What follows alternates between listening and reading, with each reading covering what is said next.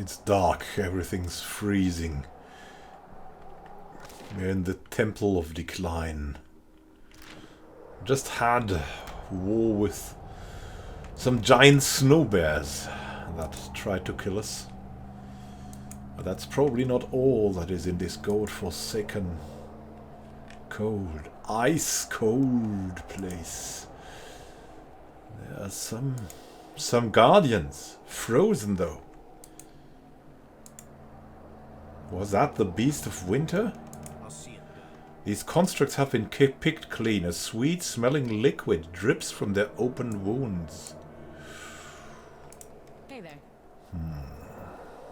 Yes. But there's something to be found. Some iron and binding copper. Yes. Another tragedy.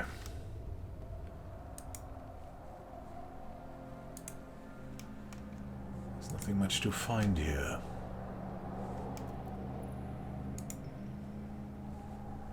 But we must find something. In the other direction, nothing opens up. There's that pile of parts. There's the snow bear den. We have come from above. Does that mean we have to continue here? We'll try that out.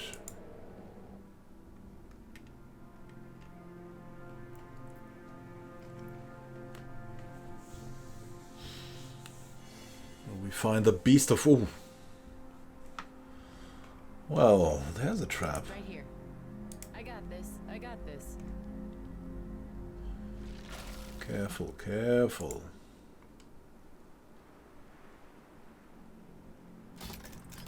Leave it to me. And more traps. Now we need to come, all of us, we need to come. Another victim. Here. Oh, that looks dangerous. Some berries. This icy chasm extends to no visible bottom.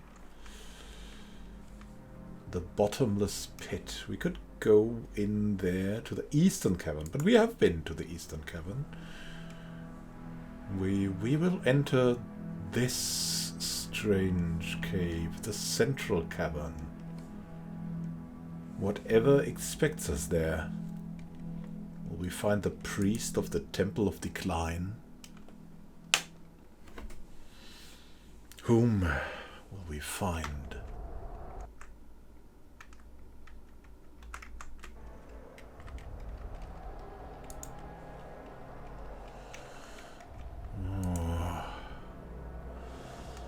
I don't feel good about this open space. I feel really... It was so dark and cold. And strangely enough, winds in a cave. Glowing winds even. We felt like we entered the mouth of a dragon, and then there he was. And we paid his wages, apparently. Was that the dragon? No. We saw the dragon sucked into Rimmergun's chasm. He disappeared. It could be dangerous to go further, but we would still do it. With mud. I'll see it done. What is this? There's some strange... This icy chasm. Look at that. Some faces in here. Holding this up. And this, a dragon, a snake. People. Leave it to me.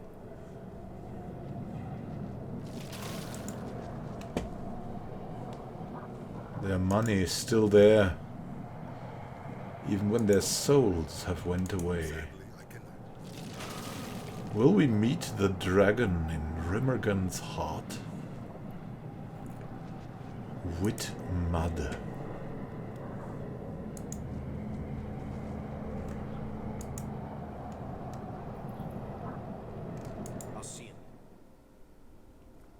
What you initially take for yet another frozen corpse appears on closer inspection to be a heavily armored figure encrusted in a jagged layer of cloudy bluish ice.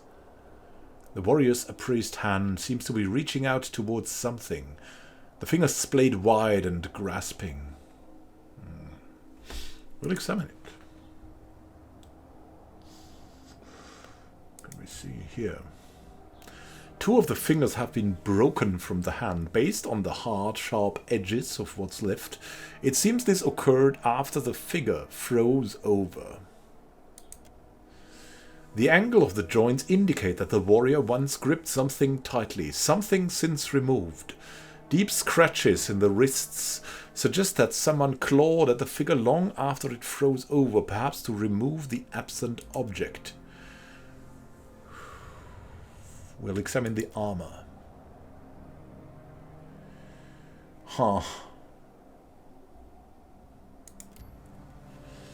The breastplate and chain worn by this figure seem significantly more intricate than anything else you've seen arriving at Harbinger's watch. Padding and heavy cloth complete the panoply, probably as protection against the cold. Layered chain and plate, highly adaptable to varying circumstances, often proves popular with those travelers who can afford it. Members of military or religious orders in particular favor wearing armor like this kind with their uniforms or vestments. The set before you appears to be of a style not commonly crafted in the past 2 centuries. And yeah, okay. Barely visible through the ice, you can make out etchings suggestive of the imagery of Rimmergund. Snowflakes, skulls, and of course the horned face of the Aurochs. We'll search for the presence of spirits. While a few strands of weak soul energy cling to the frozen figure, you sense no soul present within or near the body. Then we'll remove the helmet. The helmet does not appear to be as solidly frozen to the figure as the rest of the armor. A few minutes spent wiggling and tugging at it freeze the helm. You lift it to reveal an elven woman with bluish-white skin and darker blue hair. Her coloration and the heavy epiphantic folds hooding her eyes mark her as Glamfelon. We have gained the Helm of the White Void. What is that? Crystallized armor. 10% of incoming grace is converted to misses from weapons. Rimmergun's influence. 10 accuracy with body affliction, mind affliction attacks. The shards of ice crowning this helm radiate a malignant chill, utterly resisting the glare of the Deadfire sun. It smells musty within, as if worn for centuries by the frozen corpse of a pale elf. Too cold for comfort on even the hottest days, the helm plagues the wearer with endless whispers at the edge of hearing. Strangely, this helm looks far more like something you'd expect of Engwith than of the White That Wends. Interesting helm. We could remove the armor as well. The armor's intricate straps, weaved chain, and interlocking plates have frozen solid. Removing the armor without damaging the warrior within may prove difficult, if not impossible. We could melt it with magic. Quoril could do it. I don't know.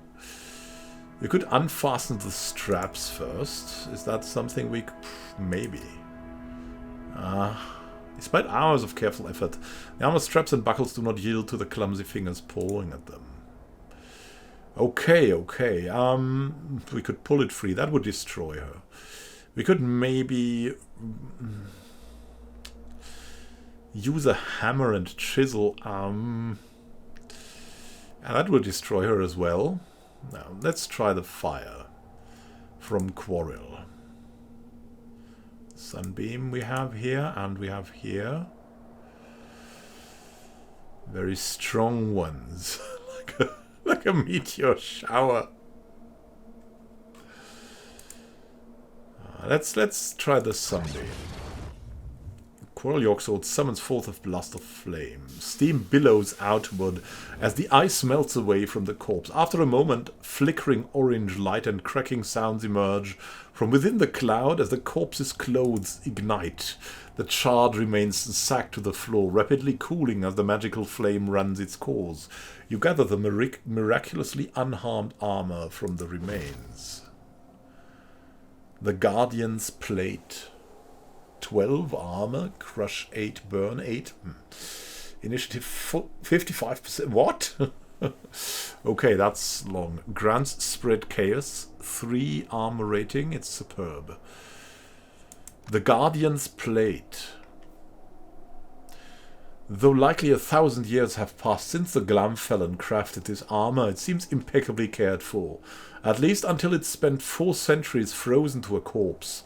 The magic of the Withmud has permanently altered the armor, encasing it in jagged spurs of ice. Whether the armor bore these blessings of the wide void when worn by the temple guardians of centuries past remains unclear.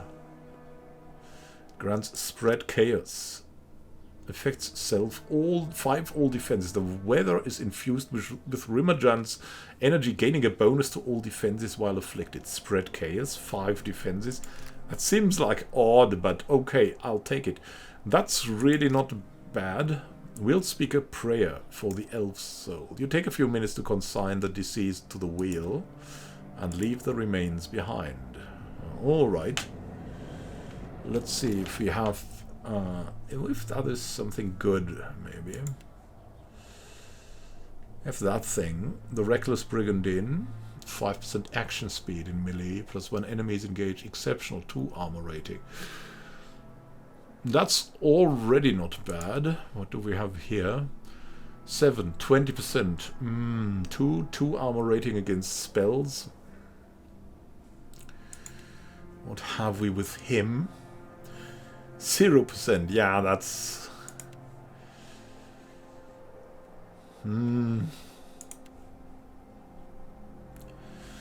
Instead of the Water Shaper's robe. And maybe it's time for something good for her. Iridescent scale. I mean it's yeah, I mean I think we can tolerate that. Humility has something, right? That's really not bad. It's better than the Water Shaper's robe, alright.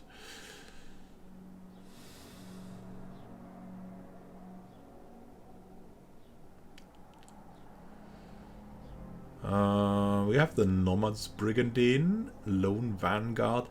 I really think we should give her the Iridescent Scale.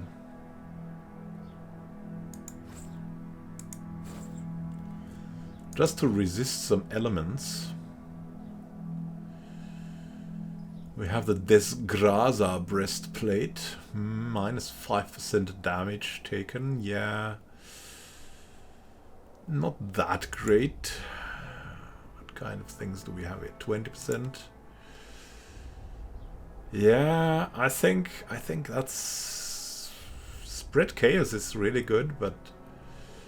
Action speed in melee per engaged target is just too good.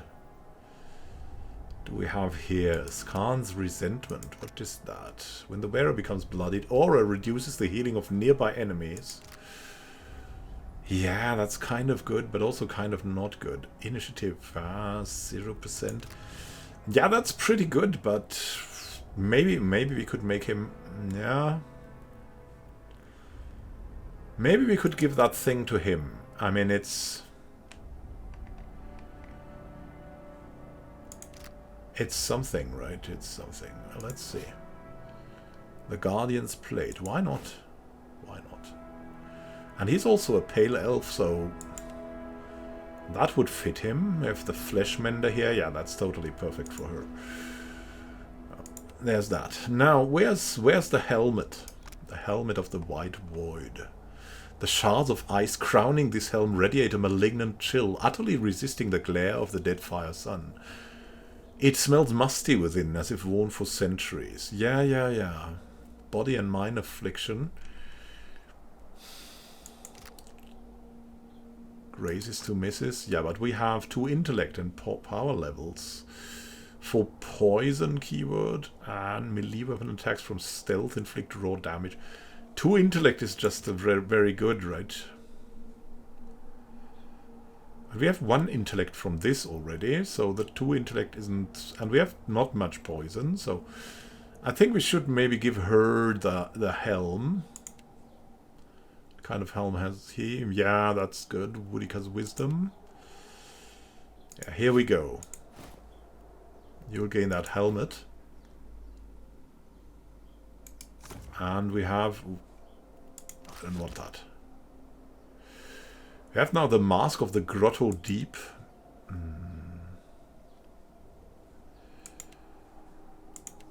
Here. 1 perception, 1 religion, 1 insight. And this has 2 intellect. Do we have another thing that would give us intellect? Yeah, that gives us intellect. Okay.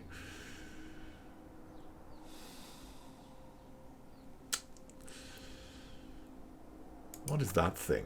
The club, the one-handed club. I think she's good at clubs too. So we have the scepter, we have that thing. I wish we would have a club for this, right? We're good at clubs. Clubs? Not really. No club here. No club here, no club here. No club here.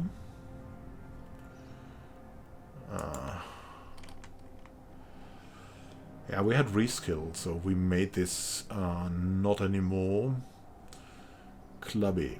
Otherwise I would have taken it.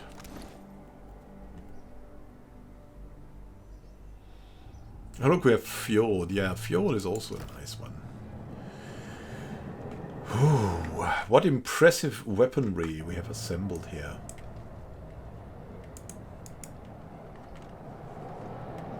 Look at these spikes of ice. The Whitmard. Let's enter this. You stand before the shining portal that devoured the dragon. This close, you see it as a ragged-edged tear in the world. As you near, the portal flares bright. Brighter, too bright to stand. When the light fades, and at last you can see again, a great, shaggy aurochs stands before you. A bone-snapping chill radiates from the creature. It is the manifestation of Remergaunt. Herald of Bereth, you teeter on the very precipice of your death. To once again violate my realm. Do you desire dissolution after all? I'm tired. I'm ready for this all to be over. I have work yet to do, you know. Yes, Bereth does keep their hound on a short leash. Should you ever want for a final freedom from the Pallid Knight's grasp, seek me. I will gladly grant it. Thank you, Remergand. Through the breach will shred your soul into its constituent parts, to little more than wayward motes of essence. Knowing that, what do you want? What happened to the dragon? Her soul was drawn through the breach, the Wheatmouth, and into the beyond. The Wheatmouth. Kevaver has bound her soul to a relic from the days when the gods walked Eora as titans. This relic lies in the beyond, and it holds her soul captive there. Who is she? That is the name the dragon chose for herself. So what about the relic? It is one of the many things Kith have thrown into the beyond. in hopes it might be devoured by the White Void. And why did the dragon bind her soul to it? Cannot be destroyed. In her ignorance, Nereskyras hoped that tying her soul to it would save her from death. She is mistaken. True death has not claimed her yet, but it will. It is inevitable. What's the difference between the White Mouth and the White Void? The White Mouth is the gaping maw of entropy. The White Void is the hunger that gnaws at the guts of Eora and cannot be sated. So, your breach will freeze the Deadfire if you don't close it, you know? And we'd like to save it. That is unfortunate for you. So you don't care? I do not. However, there is something you may do for me, like a maggot. The dragon Nereskyras has burrowed beneath the skin of my realm. Destroy her. And why do you want her dead? She is already dead. She refuses to acknowledge it. She has made herself immune to destruction by my hand, and in so doing, she mocks the very essence of my realm. Why do you think I will succeed where you have failed? Relic she bound her soul to has proven impervious to my influence. So a Kith can do, what a great god Rimmergand cannot. I can yet do many things, Herald of Bereth. A rime of frost grows at your feet. It coalesces, hardens, begins to climb your legs. You're rooted in place, your limbs slowly growing numb. I'm double injured.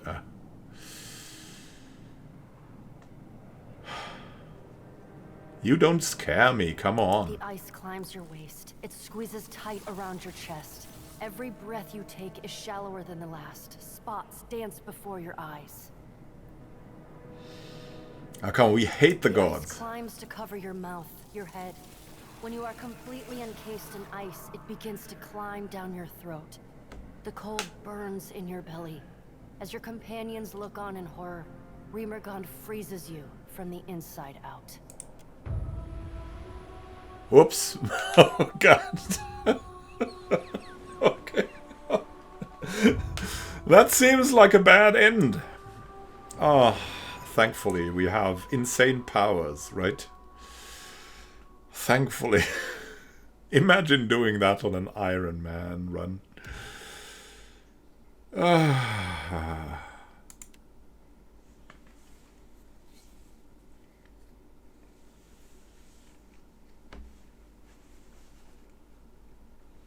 See, that's one of the reasons.